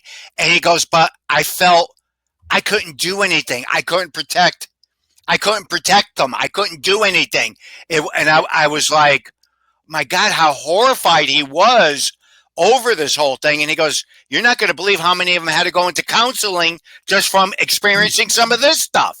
And I go, "Oh, yes, I would." I said, "Yes, I would." Counselors are going to believe them. Well, after I retired medically from the Marine Corps, I downward spiraled into alcoholism and depression and suicidal ideations and suicide attempts. I've got 3 suicide attempts. But once I heard a VA counselor mention a jinn attachments, that's when it kind of hit. And a lot of us came home. That's why we can't leave the war, because the war came home with us. But it wasn't the physical war. It was the paranormal part, because we were under spiritual warfare as well as physical warfare. Yeah. It's unfortunate, but it's a very true thing. And like I said, the amount of military people I've dealt with, I mean, right down from ground all the way up. Yeah. Right. And I think that captain, I think that story and the counseling sessions that we were involved with were so hardcore, because then it was to the point where he couldn't convince himself, were they dying at the hands of jinn? Were they? It was just, it was so mind blowing to hear and listen to what that, just him alone talk about what everybody had gone through. And he goes, John, the worst thing is what most of us were taught not to talk about all of it. We're told not to let all this out. And I go, let it out. You have to let that stuff out. Mm-hmm. Yep. So again, until I started letting it out. Like now, luckily, I'm coming up on 5 years of sobriety. I mean, we're getting it. Congratulations, bud. Thank you. I'm going to tell you, that's the second hardest thing I've ever done besides war. And, but you don't know. And your mind play is my mind playing tricks on me. Is this really the worst me? Part. Is this really me talking like shit to me? You know, and, you know, it's, you know, unfortunately it is what it is, but, until I started talking about it, and if there's any veterans watching, look, ain't no shame if you was attacked or whatever, but until I started talking about it, I didn't start to heal. So, I mean, it's very important. And there's people out there that believe us. Look, this is the godfather of paranormal, and he believes. So yeah, if nobody else believes, he does. I've shared this recently several times when speaking years ago. Had a bunch of military people show up here at the house. And again, I didn't know what the whole thing was about or anything. And they were all the different branches of the service, but they were in civilian clothes. But yes, sir. No, sir. Yeah. I mean, you know what I mean? You know, right? Yeah. Oh, so it was all these questions, and they were filming it. And I'm sitting there saying, I said, what the hell is this all about? So we did it and everything like that. And then they got done and they're wrapping up. I said, are you going to explain to me what this is all about? And they go, we can't talk about it, sir. We can't talk about it. Right. So I'm like, you just had, dude, come on, that ain't fair. And he goes, I'm sorry, we can't. Then one of the other guys turned and just looked at me, nodded his head, and he winked. And I went, oh, I'll hear from him. But it had to be outside the. So, and I did, later on. Then I was talking to one of my other friends in upstate New York, and we were going back and forth. And I said, it's crazy with the military and everything like that, because she lived up near Fort Drum, and I had gotten involved with a couple of investigations. Anyways, so she goes, I got involved with this project that they did with this taping and everything. I go, what? I said, so did I. And we talked and we got into it. She goes, John, that was a training tape. I went, what? She goes, it was a training tape. And I'm talking years ago. Yeah. So over the course of years, I had several people say, I swear I saw you in this tape when we were going through training. I think it was, I go, that was me. And they were going, do you know that there were certain, we would be trained to what to look for, what to watch for when it came into this stuff, because nobody knew exactly. I went, are you kidding me? And he goes, no. 100%. He goes, I'm serious. I went, okay. I said, well, that was an honor for me. That was a very high honor. I don't know if they still do it or not. Over the past several years, I haven't heard anybody mention it. But I know that it's pushed heavy in the SF community and the Black Ops community. I don't think I've ever seen you in a tape, but I'm going to make some phone calls and I'm going to see if I can't get that tape, and we'll play it down in New Orleans. We got to do it. I would bust out laughing if they did, if you could get your hands on that. My good friend that I'm talking about is Stacy Jones. She was upstate New York, and she was a cop. Do I need to tell you anything else? Anyway, she would kick ass and ask questions. But, again, she goes, as a matter of fact, I threw your name out there. I said, they never said anything. She goes, they're not gonna. And I was like, oh, man. I said, but because I had said that to a couple of my friends that were in the military, retired, higher ups. I said, I'd love to get I'm not getting involved with that. I'm not. I said, I just like to see the tape. That's all. Maybe you need to enlist and you'll get to see it. Well, I'm trying to get onto Paris Island to investigate. Oh man! So I'll reach out to you, Johnny, because we've already investigated Fort Leavenworth. So, and we do that quite often. One of the guys that's with Paranormal Task Force is active Army, and he's stationed at Leavenworth, and he gets us in there a good bit. So I'll keep you posted on that one, because I can tell you from experience when I was in boot camp that the rifle range is haunted as hell. Wow. Like you would see recruits in the middle of the night doing fire watch, and there's nobody there. Like crazy. Oh, it is freaking crazy. I remember there was this one time I went with my aunt and uncle. We were down south, and they had sent a car over to come pick up Ed and Lorraine to go onto this. Anyways, we went to the fort and everything, and there was this one house. Jesus, where all the soldiers sleep. Everybody sleeps in it. The dorm, barracks. I'm sorry, it was shut down. They had to shut it down. It was so freaking haunted. Yep. Oh wow. So I'm like, no freaking way, right? And Lorraine went in there and she did, she walked around and did everything. We had to sign off on that too. We could never talk about it. We could never disclose it. We couldn't bring nothing to the forefront. I'm like, I said that is such a good story. And again, too, I remember Lorraine just turned and looked at me. She said, well, dear, she says, as long as we were able to help and they were able to make a few decisions, she goes, that's what counts more than anything. Yeah. I was like, well, all right, you're right. I said, but man, that'd still be good to have that. Right. Again, stories like that, people never hear about that. I mean, again, behind the scenes, and is all she kept saying was, as long as we're able to help a few people out. Then she went to go talk to a couple of them that were in that building, and they were moved into other buildings to help them out. Mm-hmm. None of that ever went public. Nothing ever got talked about. But again, good story. Fort Bragg shuts down the World War II. Well, I don't know if they're still there, but when I was going through jump school, we stayed in the World War II barracks, and they ended up having to shut them down because of hauntings and poltergeist activity, which kind of makes sense. But yeah, so no it happens a lot on bases. People don't realize that forts and bases, and man, oh man, there's a lot that goes on. A lot. So I don't know many. Go ahead, Jan. Sorry. In all of your years of the things, I know you said that you had to take breaks. This is something I think a lot of people don't hear about. Have you ever experienced what I call the paranormal hangover? Oh yeah, that's a good question.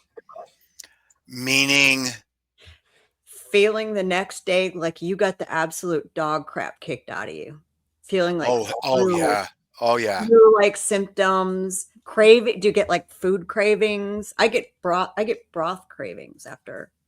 No, it's more again, I think Lord just said it too. It's more of an emotional thing. Yeah. And things will bother me. Yeah. And it will ramp up.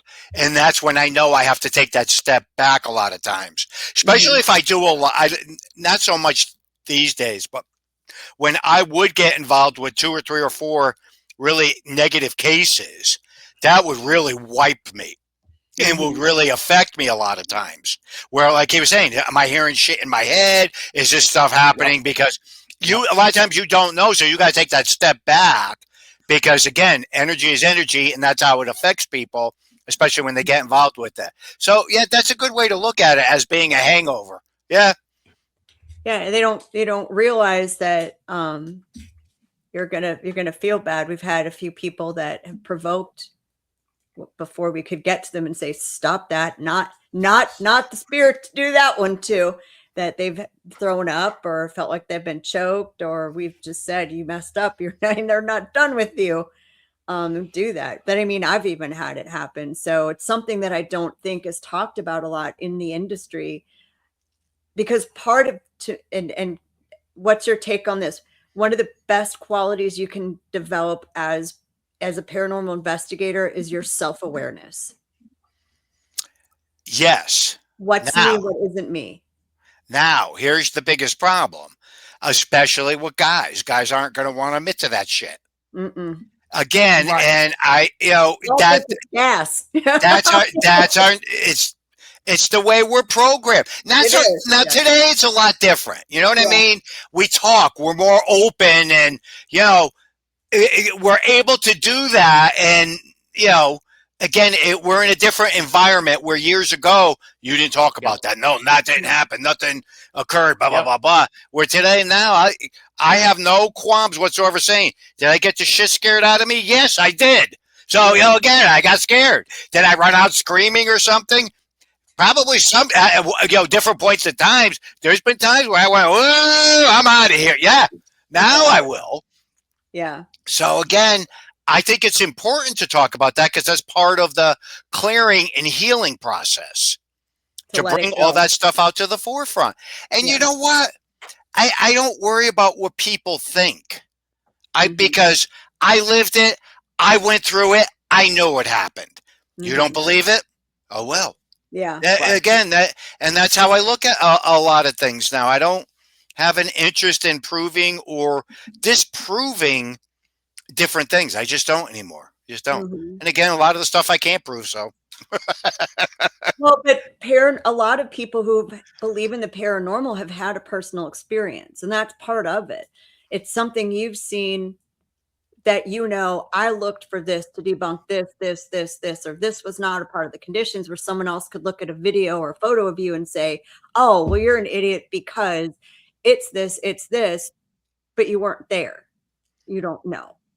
Well, I think even more so today, again, you just got you have to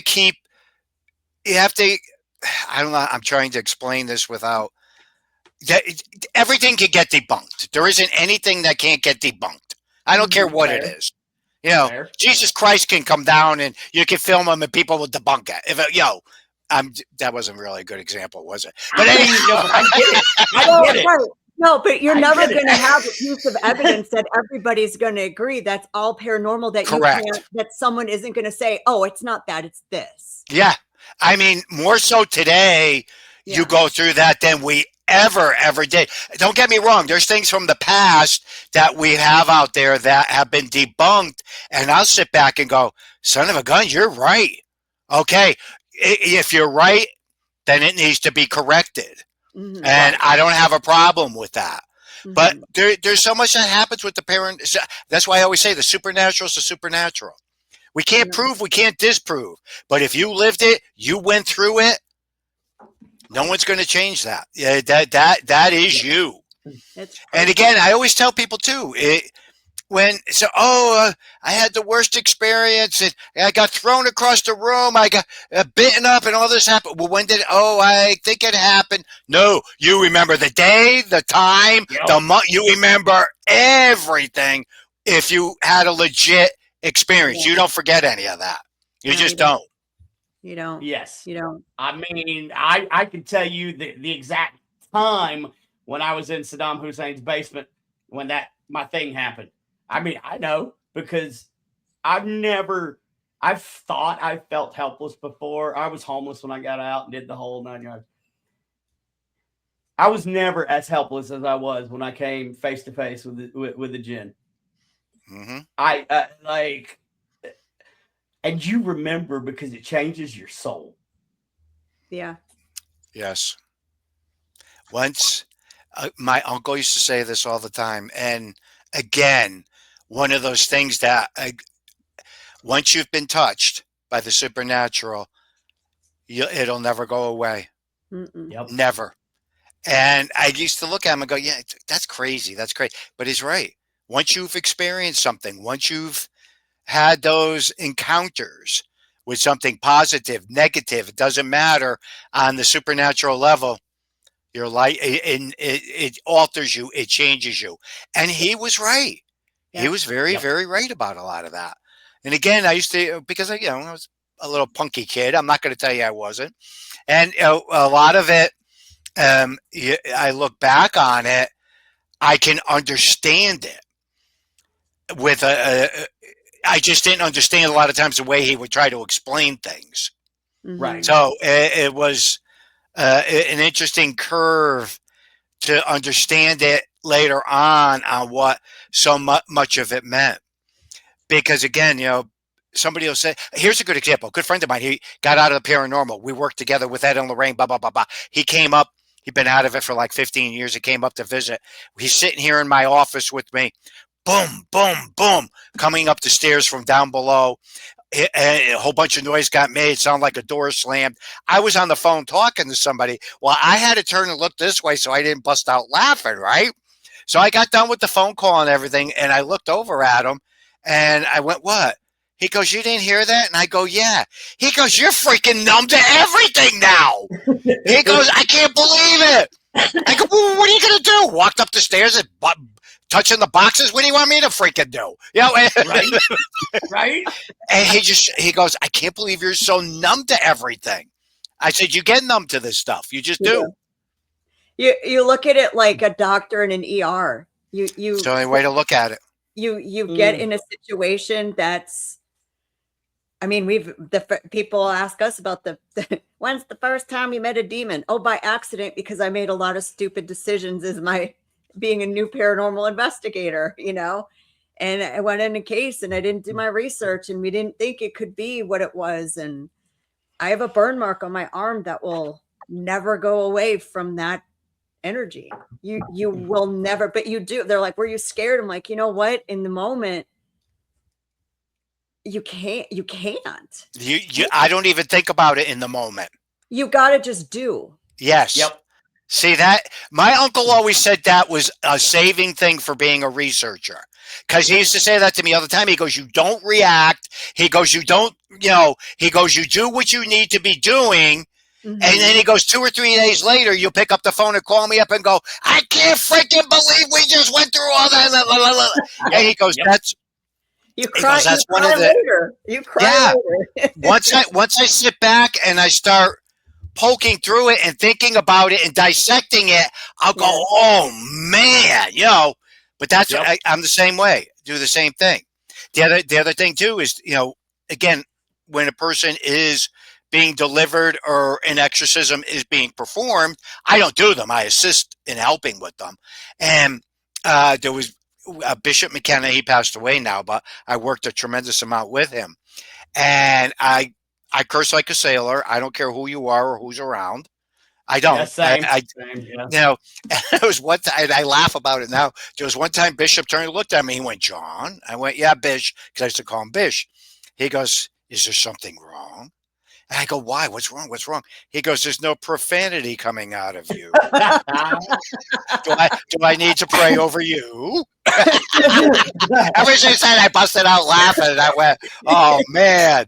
I go, I love it. But he paid me a very good compliment on top of that, too. And he goes, you're just like your uncle, because your uncle swears at everything, too. So, yeah. So, all right. You told us you cuss like a sailor, right?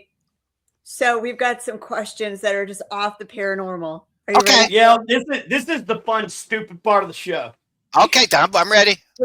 Okay, so we'll start with an easy one. Brandon, I know you have yours. If you could be a flavor of ice cream, what would it be and why? Chocolate, because I love chocolate ice cream. Chocolate. All right. Just plain chocolate, or were there like plain chocolate? I love plain chocolate ice cream. Awesome. Okay. Brandon. All right. We're gonna ramp it up a notch. Okay. So I started off with the easy one. For 24 hours, you have to be chased by an animal.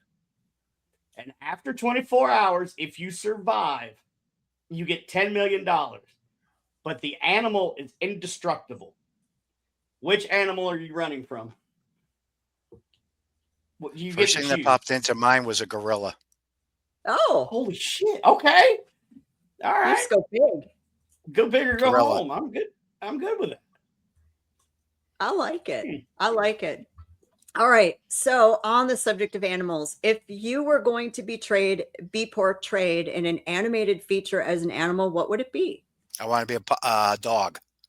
You were going to say puppy, weren't you? Puppy. I was going to say puppy.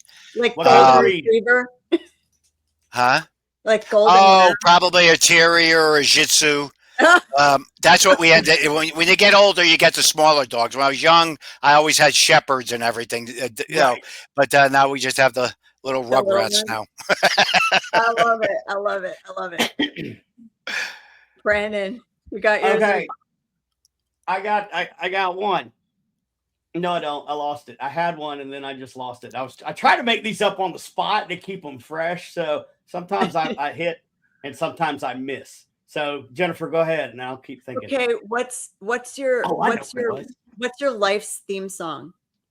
If you could have a theme song playing in the background every time you appeared somewhere, no copyrights. What's the song? Did It My Way. Oh, I love Sinatra. You know that's funny. But it's tough with me because I love Elvis and I love Sinatra. Yeah. Okay, you'll love this. Real quick story for you. We got stranded in the airport, Dustin Perry and myself. So Dustin rented a car and we were driving. It took us 17 hours to get there. All he would play off of his phone that was hooked through the system was Elvis Presley and Frank Sinatra. After 17 hours, we got out of the car. And I stood there and screamed. I said, if I ever hear another Elvis Presley or a Frank Sinatra song, I'll kill somebody. And everybody fell out laughing. But again, no, it would be, that would be it. Oh, I love good Sinatra. Okay, and I'm going to do the one more funny question, and then I'm going to ask you a question to take us out on. So, what actor would play you in your biographical movie? You could pick anybody, living or dead. That would be Keanu Reeves. I love that pick. Good one. Do you know? I love that movie. I can't wait for number 2 to finally come out. They said he agreed to finally do it. But when I first watched that movie and everything, I just sat there and went, man, this freaking character is an awful lot like me. Really? Awful. Yeah. And it was just watching him and everything, because I used to smoke and, I quit. But again, it's just watching some of the things he would do and the batshit crazy stuff he would do. That was like me, because a lot of times my uncle would yell at me, "You're out of your freaking mind." And don't do stuff like that. Again, I always thought that would have been a good person. That's perfect. What a great pick. If you ever meet him, my friend who still live in our little apartment complex worked on movies with him, and his nickname is Kiki. Is it? Yeah, you should say, "Hey, what's up, Kiki?" I will. What I do know about him is from a mutual friend that was good friends with somebody with him. He's a very down to earth person. Yep. There's no frills and chills about that guy. Nothing. He don't even live like he just lives like the rest of us. And but I don't know. I thought he'd make a good Johnny Zappas character. I think so. I love it. And for the viewers, what movie are you talking about? Constantine. Yep. Yeah. The movie Constantine. If you haven't watched it, I freaking love that movie. I love it. Yep. Love it. Okay. Very not his normal character. We'll go a little bit deeper. Of all the knowledge that you have gained in all of your decades of paranormal investigating, what is the one piece of advice you would give to somebody who is brand new starting out in the paranormal? To pay attention to your surroundings. Stop worrying about getting a freaking TV show, because they're all dead in the water now anyways. Yeah, again, the key factor with our work today is so much of getting into the trenches is gone. People feel they don't need to get in there. They can watch the TV shows or do this or do that and not get involved with it, and end up getting themselves involved with major, situations.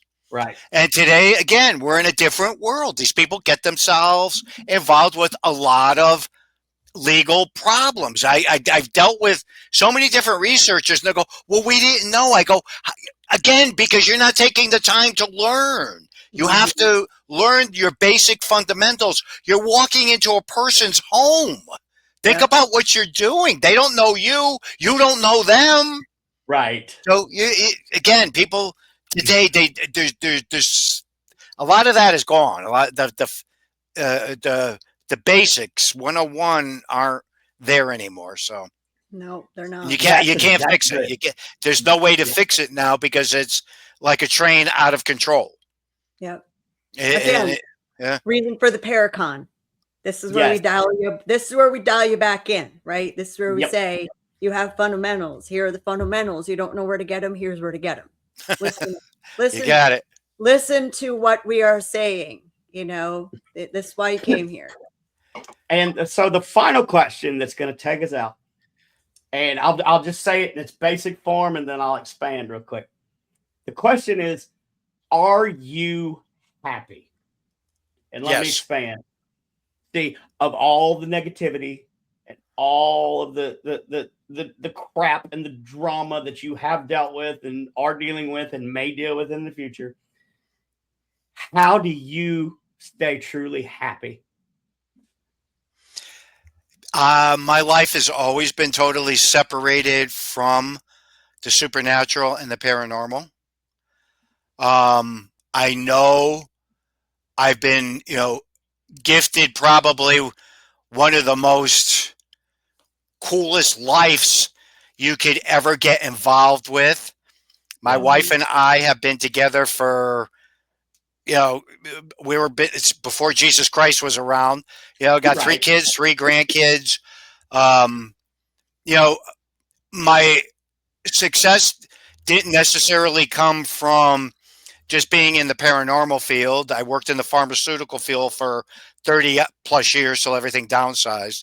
And I feel very blessed. I feel very good within my skin, within my life. But that took a lot of building. That took a lot. I was no different when I was younger than everybody else. When Haunted Collector first came out, and I would start reading some of the things people would post, we were on a bus. And everybody kept saying, don't read these things, don't read these things. And I'm like, what do you mean, right? So I started reading some of these blogs and things. I mean, just ripping everybody apart on the show. I was a major thief. I was stealing grandma's jewelry. I mean, and I'm sitting there and reading all this, and it was a bus with the whole production company and everybody. And you have to know me well enough to know I'm like, this mother effer who don't even freaking know us, this talking about my kids, talking about Cano, talking about Jen. Who you a frick you are? You don't know. I want to post. They go, you can't post, John. You can't go back. You can't. Yeah, that killed me more than it. But again, with all of that and watching it and seeing it, watching what Ed and Lorraine went through right from what they all went through the years before The Conjuring and everything else, it helps to form you and helps you to understand some of the stuff. Because somebody could walk up to me, and people do that, and say all kinds of mean and rotten things, and I go, well, that's your opinion. And I could walk away. Mm-hmm. I know what I've accomplished. I've known what I've done, screwed up in my life just like everybody else. I'm no different. I don't walk on water, never did. So again, I'm very, very, very comfortable with my life. I did it my way. Back to the song. I love it. I love that. I like that. And that's, there's so many nuggets of wisdom in what you just said. I hope people take that to heart, because the biggest thing to me, well, as a shaman and a paranormal investigator, is if you can't be happy in what you're doing, then you're going to destroy yourself. Mm-hmm. And a lot of people do. Yeah, like if you're in this to, like Johnny said, to get a TV show or to be famous or to whatever, you're in it for the wrong reasons, and eventually the paranormal is going to let you know that you're wrong. It will destroy you. It will 100. destroy you. Yep. And that's the other thing that I try to get people to understand. You're not going to become a multimillionaire off of this stuff either. It's just, there's only one person I know that became very, very rich and famous, and that's Zach. I mean, but again, the man is brilliant for business wise behind the scenes. He knew what to do, how to do it. Yep. And, Yep. you know, again, you can't take that away from the man. So Nope. again, like I said, I know that, and I respect it, that I know I had a very, you know, gifted type life. I know that. I know a lot of husbands and wives, they don't get along because one of them's in the paranormal and the other one doesn't want to do it, don't want them going away. And, you know, there's all kinds of issues. And, you know, I'm a very, very grateful person at this stage of my life at where I ended up. Yeah. So I can't complain, or, you know, I never thought I'd ever see the day where my wife and I just sit on the couch, or she'll be sitting in her recliner and we'll just talk about the crazies. She never got involved with the paranormal. She always stayed out of it. She didn't want any part of it. But she asks me more questions now than she ever did. You know, we'll be sitting there watching something, and I'll just look at her and I'll go, "Well, how do you even know that?" She goes, "Well, I used to pay attention to some of it that you were getting involved with." And, you know, you know, and I just bust out laughing, you know, when she'll ask some of the questions. Then when she'll ask me anything about the darker stuff like that, I'll look at her and I'll go, "You don't want to hear it?" She'll go, "Nope, I don't want to even hear about it. I don't even want to know about that stuff." So, well, thank you so I much. did it my way. So funny story about that song. It's already in my living will, and I've told my wife, when I pass away, that's my death song, is "I Did It My Way" by Frank Sinatra. So, great. Thank you so much for, like, normally this show is an hour, and obviously we have gone 2 because this has been an amazing interview. Thank you for taking all that time with us. You're very, very welcome. I enjoyed it. It was great. I cannot wait for the convention. We're going to have a blast.